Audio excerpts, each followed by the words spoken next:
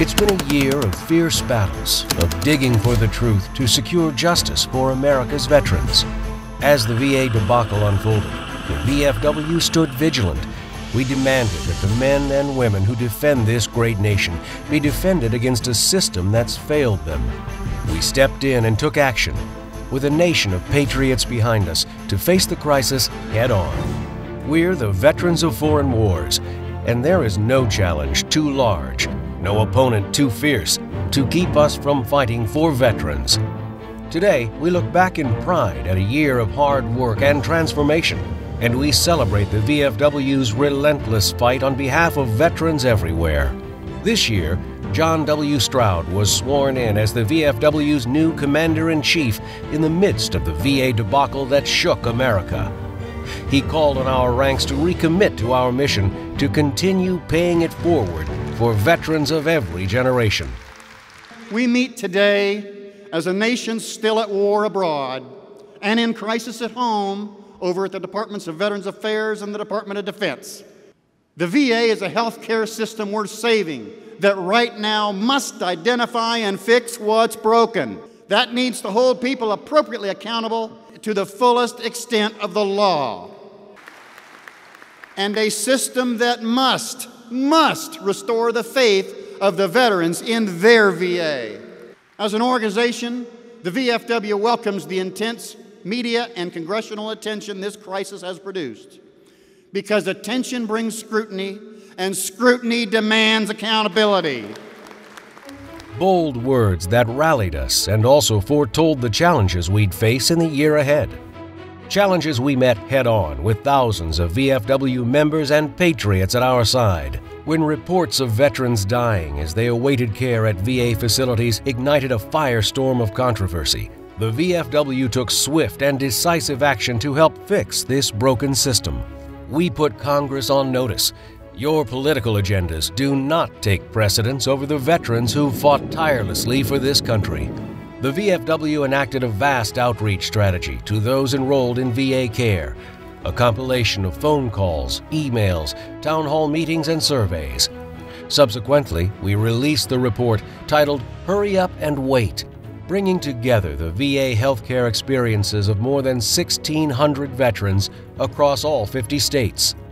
Nationally, we pushed Congress to sign into law the Veterans Access and Accountability Act, which provided the VA an additional $15 billion of emergency funding to ensure veterans will not wait months for care. We successfully pushed Congress to amend the VA's Crow Flies rule that used straight line distance to determine Veterans Choice Program eligibility, instead of the more realistic driving distance.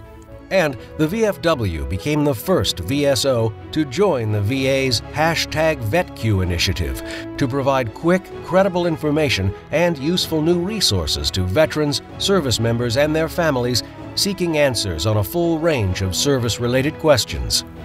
While this year has brought about many changes within the VA, each new law and regulation brings with it uncharted challenges. The VFW will fight relentlessly to ensure that these changes are fully enacted and enforced. In addition to VA improvements, our sights were set on several other key initiatives over the last year. We boldly contested sequestration and unprecedented budget cuts that threatened programs for service members, veterans, and their families, and could have jeopardized our military's ability to defend and protect.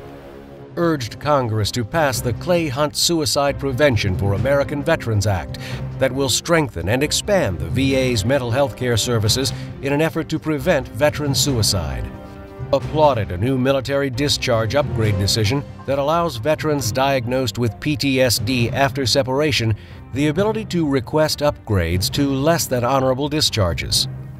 Push to expand caregiver benefits to properly recognize the sacrifices of severely disabled veterans of all generations and their families, not just post-9/11 veterans. Went toe-to-toe with congressional leaders to protect the entitlements earned by veterans. And we rallied Congress to update a congressional charter signed in 1936, when the military was comprised almost entirely of men. Updates reflect the modern military and the growing number of women in the armed forces. But our hard work didn't stop there. With patriotic companies at our side, it was another banner year for VFW's troop and military support programs. Longtime supporter Sport Clips made a generous donation to the VFW Sport Clips Help a Hero Scholarship Fund, bringing their total contribution to more than $1,200,000. These funds have already provided 207 transitioning veterans the opportunity to pursue a college education. Sport Clips has also donated more than $1,800,000 to VFW Operation Uplink, making possible over 2.4 million calls home.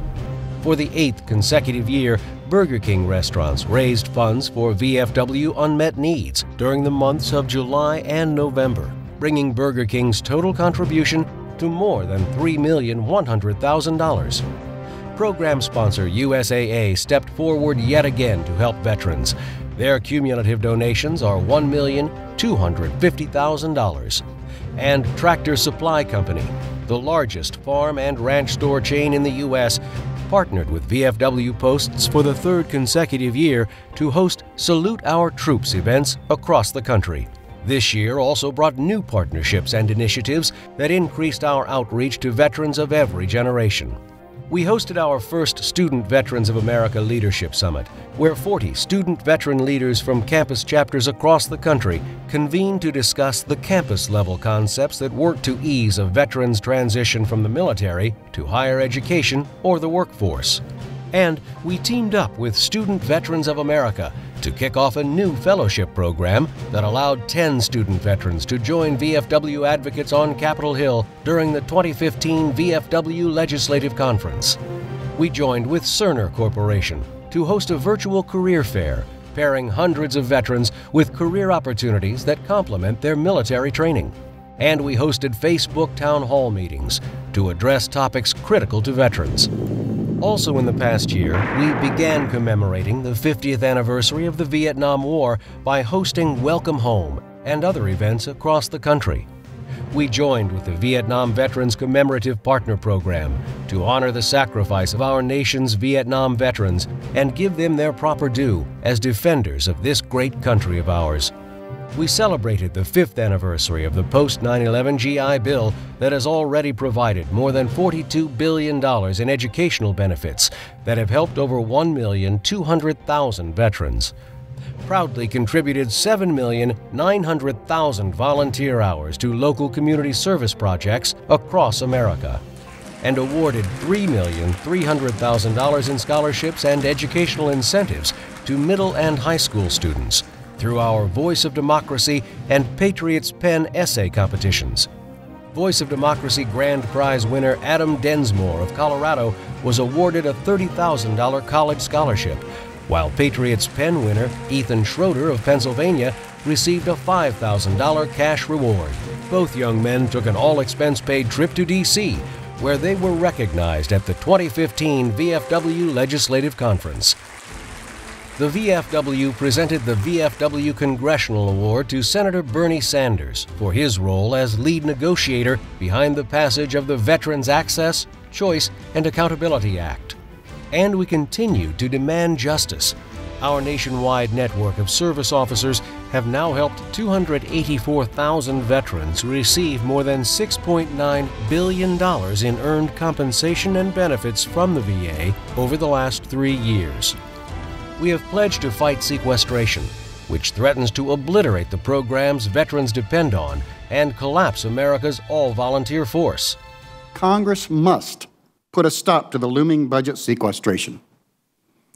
There is no guarantee that VA will be exempt moving forward, and defense and labor programs will be directly impacted by these cuts. To protect our military personnel, veterans, their families, and America's security from the harmful effects of across-the-board cuts, Congress must end sequestration. Congress must end sequestration.